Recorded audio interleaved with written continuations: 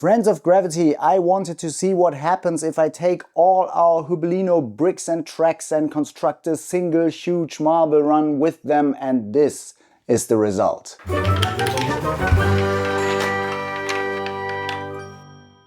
I already uploaded a video where you can see this marble run in action and follow the marbles as they race down this track here. In this video today, I want to quickly talk about my experience setting this up and talk about a couple of crucial points and elements that I encountered. So building up something like this, apart from the sheer amount of Hubelino blocks and tracks you need for that, it also takes a while and it's rather complex. So if you want to complete a project of this size with like your 6-year-old or 7-year-old kid, you will really need to support them a lot, and it will take quite a while before you achieve something like this. The core starts up here with a single track and runs across one of those seesaws, and then it winds around the whole tower one time before hitting another of those seesaw thingies. And then one part I really put a lot of thought in is this here. And what basically happens here, 2 incoming tracks are split up into 4 tracks in this contraption here with the 2 switches, the swing and the 2 slides. And from here the marbles either run down in the middle across this zigzagging section here that I think is really quite cool, or they take one of the other routes, either left or right, across the outer part of the marble run tower. And then these 2 tracks are quickly merged again in this piece here. This is a 3D printed piece. It's actually meant to be a switch, but I flipped it around so it merges the 2 tracks here. So after this piece, the whole marble run is united into one single track again before it enters another switch that splits the marble run into left or right, and both sides have a funnel where the marble can spin around a little while before it continues along 2 different courses down to the finish. So for the last segment of the marble run, it's basically just 2 tracks. One is this here in front across this seesaw thing, around this windy corner down here, and the marble will end up here. And the other one starts at this funnel over here, runs down this way and ends up down here at this end, but it's split up again here with one last switch that would take the marble to this slide over here and then lead it into this third ending.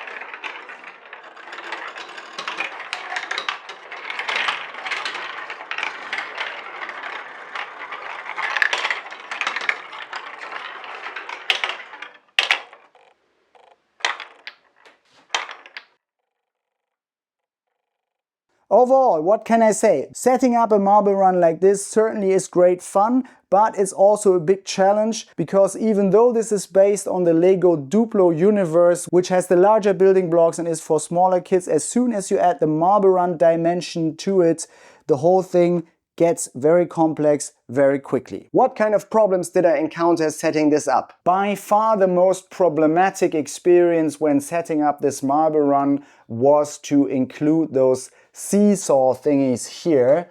The problem is they basically only take in one marble at a time, and once the marble is in there, they're in this position. So I basically copied a trick that Hubelino themselves used in their 585 pieces set that is right here. There's an alternative track. So when the seesaw is in this position and cannot take in the next marble, it would drop down here and run down this alternative course, and that way keep the marble run going and not clog the track or cause any kind of blockage.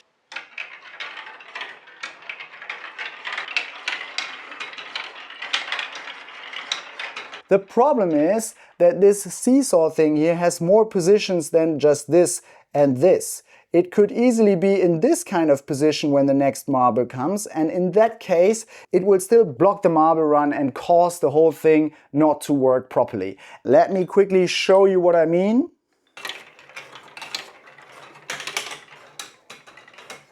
Yeah, there we go. The second marble blocked the third one and that crashed down. So this happened to me all the time. So after playing around a lot with this, my suggestion is, if you want to build a big and reliable marble run, just don't use those elements in that marble run. There are a couple of segments in this track where I had to unite some mismatching track elements. One you see here. I was lacking one stud of track distance between this 4-stud piece and this 2-stud piece. So what I did is I just searched a 3D model for 1-stud length Hubelino track. I printed this out and fixed this gap here, and this gap of course occurred because up here I just took a distance of 1 stud between this yellow track element up here and that green slope here, and when I wanted to link those two sections of the track, of course there was a gap of exactly 1 stud right here that then I had to bridge.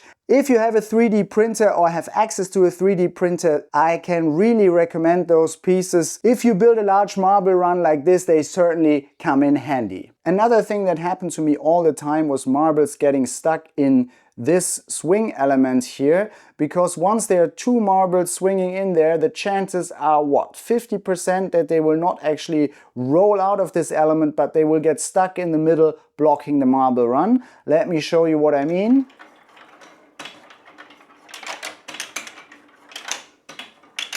There we go. I succeeded on my first attempt. This instantly got clogged, and once they're in this position, of course, the whole marble run fails, because if there are more marbles coming from above, they will also get stuck. So actually those swing elements are also to be dealt with carefully. They can become a constant source of annoyance. So if you are building a huge marble run and you want it to be absolutely reliable, maybe also don't use these, or use these in a smarter way than I did. This was my very short video on our super large Hubelino marble run track. If you liked the video, please hit like and subscribe to the channel, and please remember, what goes up must come down here at Gravity Bikes.